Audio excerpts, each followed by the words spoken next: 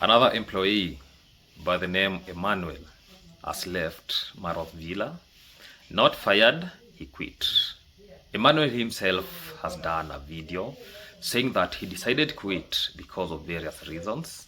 And when people keep leaving the same place, the question is no longer who is leaving. The question becomes, why are they leaving? This is not an attack.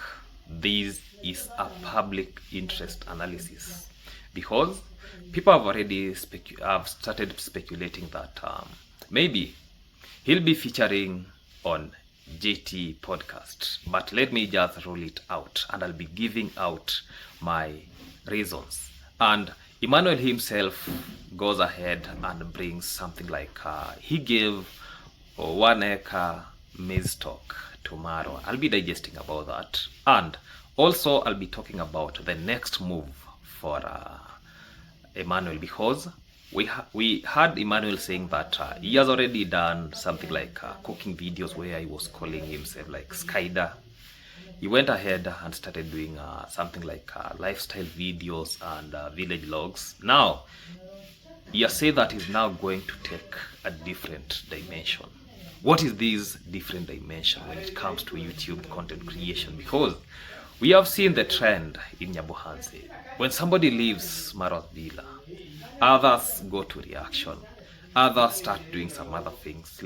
I'll be giving out the deep analysis.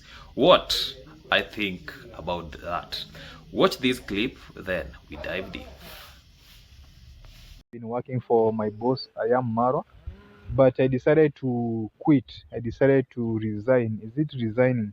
Because even when I was given this job, there wasn't an agreement. You know, when you resign is when there was an agreement between you and your employee. You sign somewhere that now, you know, I get this job, I'll be doing this, these are the terms and conditions, this and this. But for me, it wasn't like that. It was just by word of mouth, you will be doing this and this and this. So there is no this written document or agreement that showed that I'll be supposed to be like I'm employed. So it wasn't an employment, or rather it was just an opportunity that was given to work there. I thank him for that opportunity. But and again, there are a lot of things that have been going around that home that I couldn't even they were not favorable to me. So I decided to quit the job, come back to my family, just look after my family. So anyway, let's leave that alone. Ladies and gentlemen, welcome back to this amazing YouTube channel that goes by the name Maxwell Lumumba Africa. Maxwell Lumumba is my name, a village content creator born and raised in a village setup with no lands, no jobs, nothing at all. But at the end of the day, we have to work hard and survive. Having said that, for those who have not subscribed to this amazing YouTube channel, make sure that you subscribe, like, comment, and share this video to other people. Remember to turn on the notification bell so that any day, anytime I post any video, you guys get updated and watch these videos till the end without skipping the ads. Having said this, basically this YouTube channel, I'm doing my own analysis video of content that have been posted in the public domain, but still I have another YouTube channel that goes by the name Vibe with Lumumba. Basically, for that YouTube channel, I post videos on lifestyle, village logs, and commentary videos. Having said this, and having said that, this video is not about one employee. It is not about one interview. It is not even about one resignation. It is not even about being fired. It is about a pattern. When one worker leaves, it can be coincidence. When two speak, it raises concern. When 3, 4 more leave under similar condition, it becomes a system worth examining. What we are actually witnessing around Marwa's villa is no longer isolated incidents. It is a trend. And trend demand analysis, not emotions. So we have seen this trend from actually Marx to Mosabi, the foundation of discussion. Now we have now reached at a point we are now discussing about Emmanuel. Let us begin with Mosabi. Mosabi did not come online to destroy anyone. He spoke about his lived experience. From his account, we learned that there is no written contract when you go and work for Marwa. In Marwa's villa, you work from Monday to Monday. No off days, no leaves, because it is very evident even Marwa himself ruled out about Mosabi going for a leave because of various reasons. He went ahead and talked about the family issues that at my personal level, I don't think that you're supposed to discuss about your employees' family issue, because Marwa came to the camera, said that the father is drunkard. The reason why he's not going off because he has nowhere to go, because him and the father, they're not in good terms. The father beats the mother. A lot of information that for me, I saw this information not worth bringing it to the public domain. Having said that, even Mosabi spoke something about working late into the night, because this we have seen on the videos. Sometimes these people sleep very late, they wake up very early, and they have undefined role, because maybe you are recruited to do this kind of job, let's say like cleaning the compound, or you being a watchman.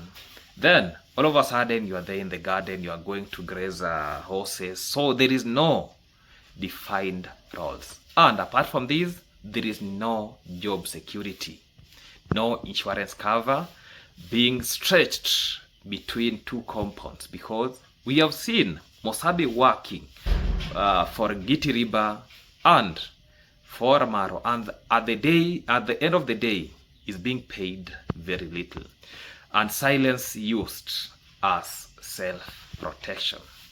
Then came Max, a horse trainer, a man employed to train horses, yet we can see him with a panga, cutting the hay, grazing them, doing general duties, operating on verbal instruction. And when the accident happened, he was dismissed. Medical bills were not covered, no transport back home, because he was chased the same way even Gitiriba chased Mosabi.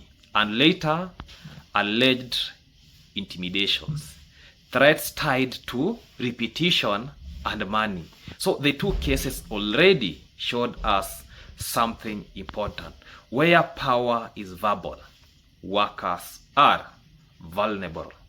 Because let us talk about Emmanuel, because the pattern continues. Because we have now Emmanuel, another employee, another resignation, another verbal agreement, another case of undefined work. Because Emmanuel states that there was no contract, no job description.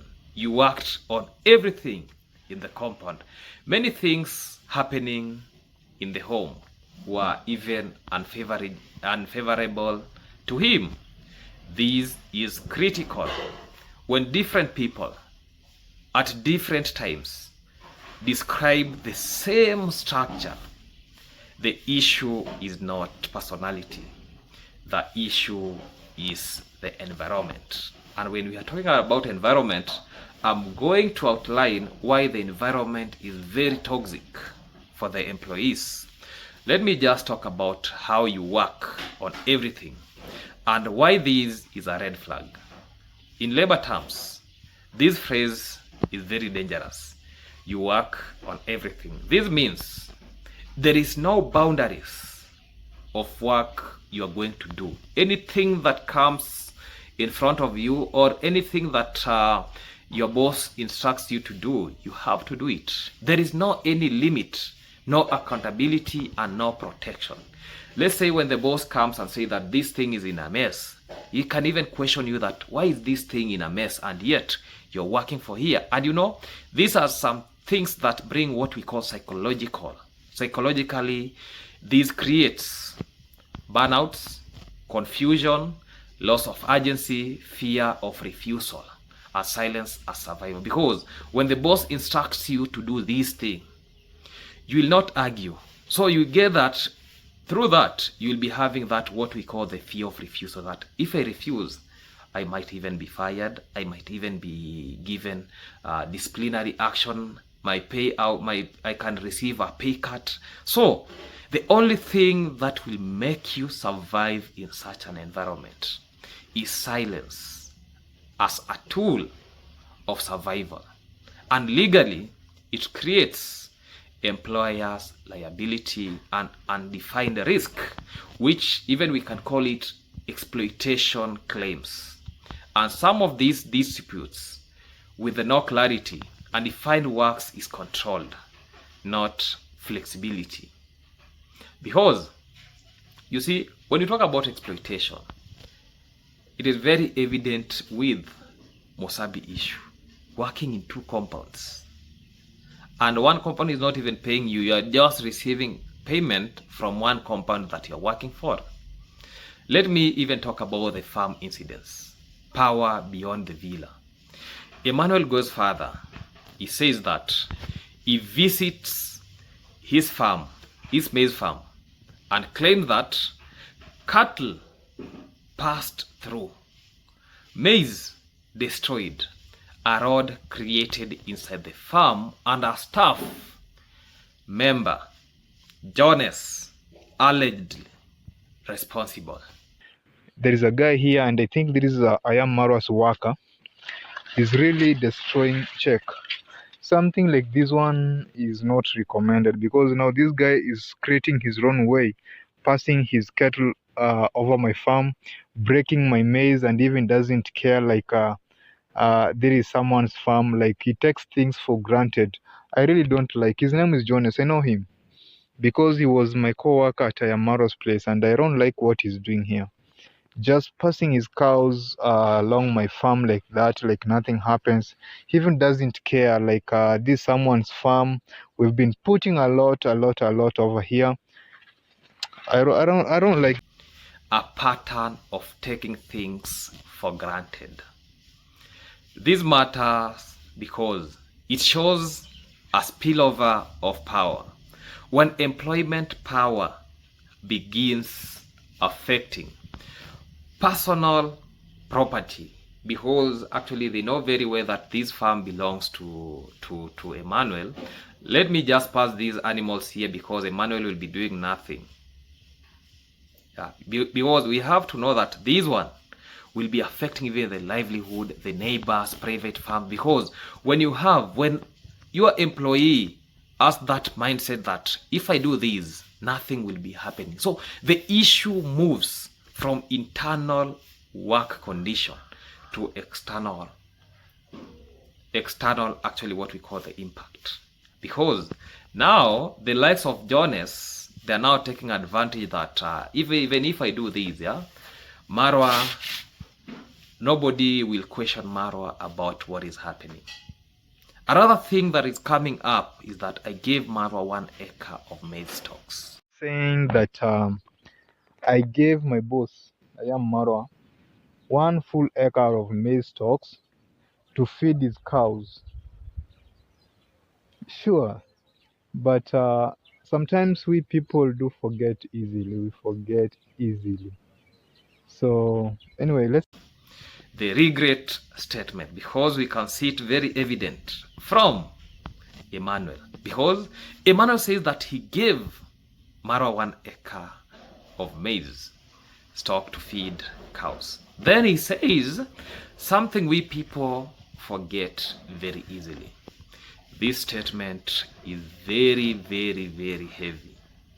Psychologically, this actually suggests regrets, because now Emmanuel is regretting why he had to give out 1 acre maize stock to Marwa to feed these animals with these maize stock, and is now feeling taken for granted, because you know what is now happening to him. Maybe He has not really exposed everything that actually what brought him maybe resigning or quitting the job. Yeah. Now, when he feels taken for granted, it actually hurts him internally, even because we can even see him on the video saying that doing this in his head and speaking that he really regrets. And upon realization of the fact, a shift from loyalty to reflection. This is common in exploitative system. People give generously while inside the system and only recognize imbalance after leaving. Because when Emmanuel was working for Marwa, it was as if that when Marwa is telling him that give me this, yes, I'm giving you. Do this, I'm doing it for, so that actually to make Marwa happy. Now because he has left, he's now regretting that that 1 acre of piece of land, I could even sell it so that I can get even some money to do ABC. He's now regretting. That is how things work when you are in the system. Yeah, and this one even I'm telling even the likes of those people who are being used by some of the families in Kenya, that when you take the bribes, when you are being done all these things, when you are inside the system, you will recognize imbalance when you leave those jobs, or when you are being transferred, or when something very bad will be happening, you'll be regretting what you are doing. And that is how the human nature works. So, let me talk about why staff are leaving the villa like Safari Rally. If you're not quitting, you're being fired. Let me address the hard question people are really asking. What is happening in Marwa's villa that staff keep leaving? Possible indication. 1, long working hours. People are just working like donkeys. They're not resting. From morning to evening, people are just working. Yeah, that is one of the things. Another issue now is coming out is no contracts. Because, people are now realizing that, in a village paper, people don't know something like contracts. People are now realizing that in job, because a lot of things are there in the internet, because when the incidents about Max Brian host trainer happened, people now started discussing about the issue of contracts. Yeah. So it is now bringing to people's attention that when you are working for somebody, you must be having a written contract. Another thing that is coming up is no rest days. You are working from Monday to Monday. You are not resting. Monday to Monday, no resting. And there is no defined roles. If you're called to be a watchman, sure, you go and be a watchman. If you're called to go graze the horses, you go and graze horses. If you're called to go and let's say take care of the chicken, you go and take care of the. If you're called to go and do other stuffs, you go and act. If you're called to wash the cars, let's say the Land Cruiser and the Mercedes, you go and do that. So there is no defined role. So that means if just you are being seen in the company, you are just there malingering, or you are just walking, or you are just minding your own business, you are being told, hey Mura, come here, just make sure that you do these and these. Yeah.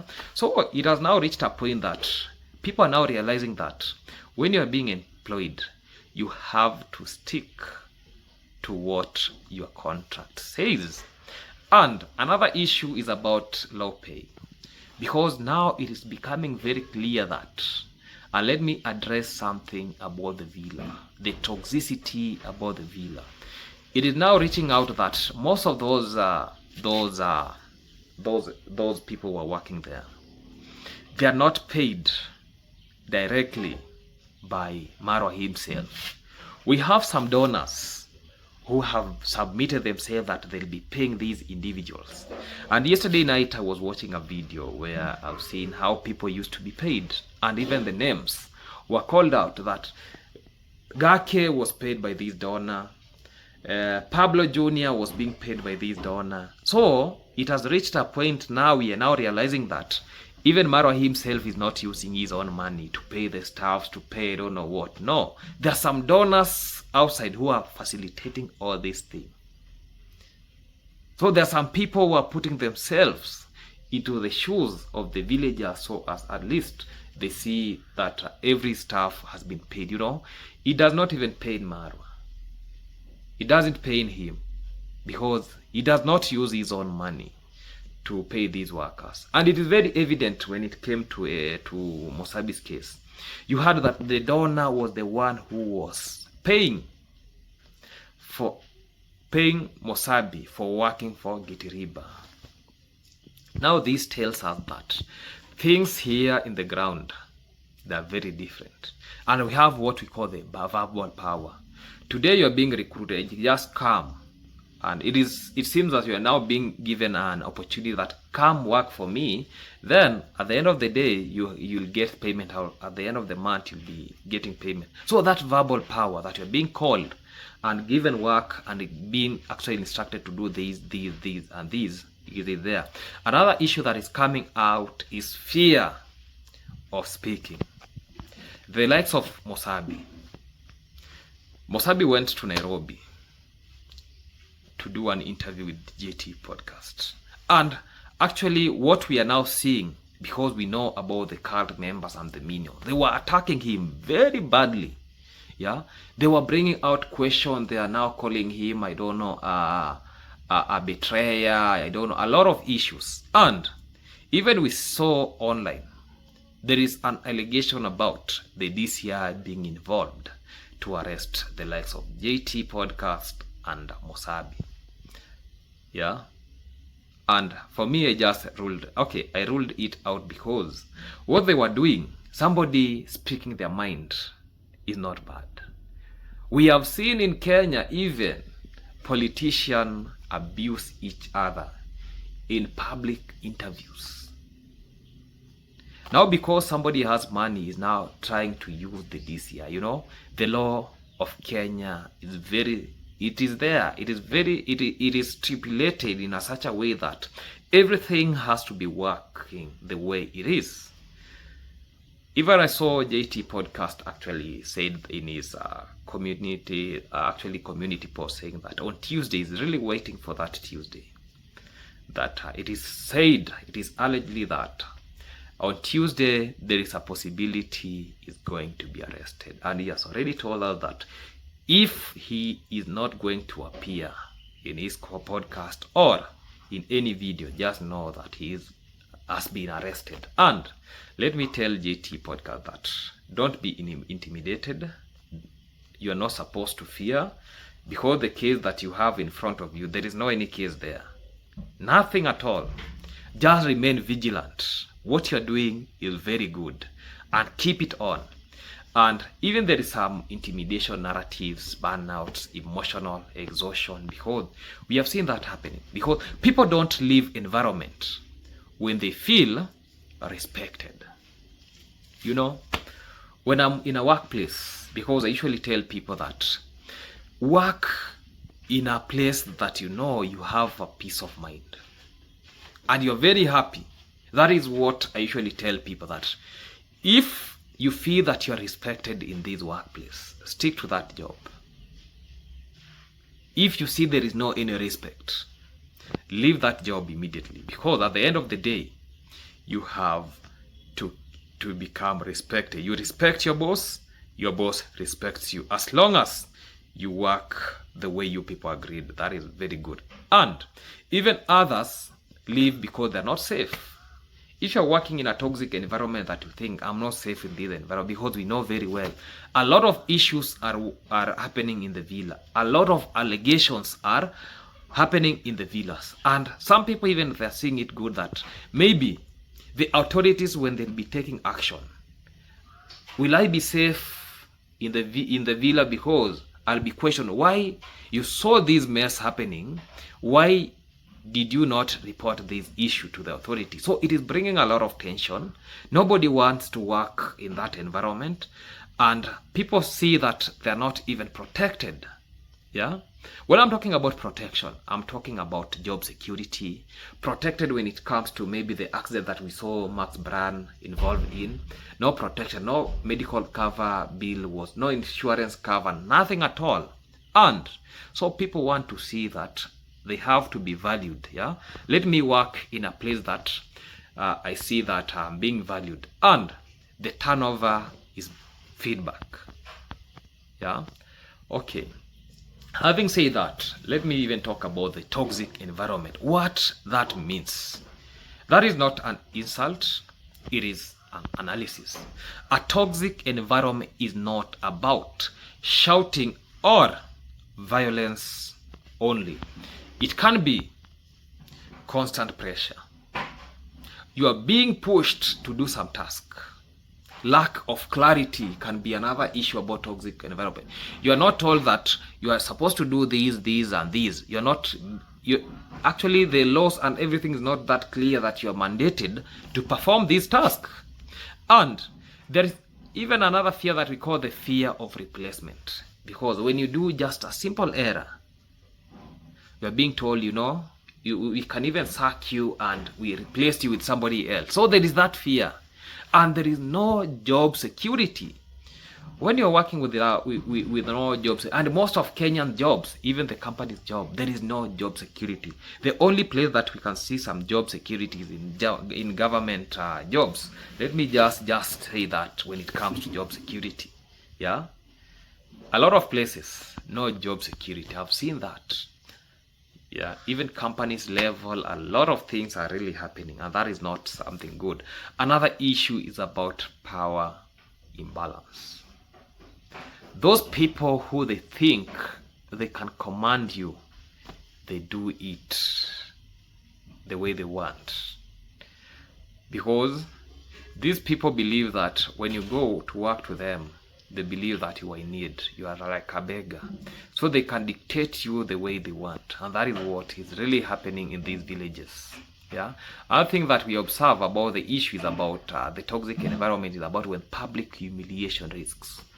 Because we have seen how people are being abused even through online. Max was abused. Yeah. He was even Gitiriba was being allegedly used to actually continue humiliating him. So that is not something good. People are now tired about that. And over reliance on loyalty, because the bosses want you to do everything according to the way he wants it. They want you to be very low. When they say this, you have to obey. When you do this, they want you to stick to their commands. And punishment for this, because we have seen people being punished because of some things. You're being told that you're fired immediately. Imagine somebody telling you, because I employed you, that come and work for me, I'll pay you this, you agree, you come.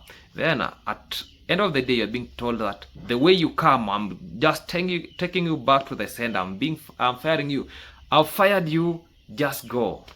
So toxicity is often quiet. Let me talk, because I like talking about psychology of silence and exit. Why do workers live quietly at first? Because speaking risks retaliation. When you try to say, I'm leaving, you are asked to do what? Or when you give a notice that you are leaving, they now start seeing that, they now start finding mistakes for you. So when you try speaking about you are going to leave, that's why even people choose to leave quietly. Yeah. And even when you try to speak, it risks your reputation. So people will see you like you're bad, I don't know what. Yeah. Because even Marx was trying to speak from his end, and he was even being threatened that we'll expose you to the social media the way you are actually breaking horses' legs. A lot of information was coming out, and speaking actually some instance risk survival. So even others say that the reason why they're living silently, because when they try to speak, it risks livelihood. So most people don't plan to speak publicly. They plan to live silently. They get healed after living silently. At least you can sit there down, lament, and you say that this has happened. I'm going to heal. Then you start rebuilding. Because even I've seen Emmanuel saying that I'm going to do this. I have to take care of my wife. My wife gave birth. Yeah. So he's talking about the next planting season. So that means he's now starting rebuilding himself for his future. So public speaking often happens after pressure, not before. So let me handle about something like, with the next employee go to JT podcast, because I'm talking about Emmanuel. This question everyone is really asking: will another former employee from Marwa go to JT podcast, tell their story, or start reaction videos? That depends on how safe they feel, whether intimidation continues, whether dialogue replaces forces, and whether systems change. The more pressure applied, the more voices emerge. And that is how I don't want to rule it at that he will not haul or he will. So the law is very important, because the law, actually, let us be very clear and calm. Under Kenya law labor principles, and actually yesterday I read it out and I can still read it out. Let me just take this phone and read out about what the labor law says. Let me just get these. Let me just say what the labor law says. I'm trying to read from this phone. What?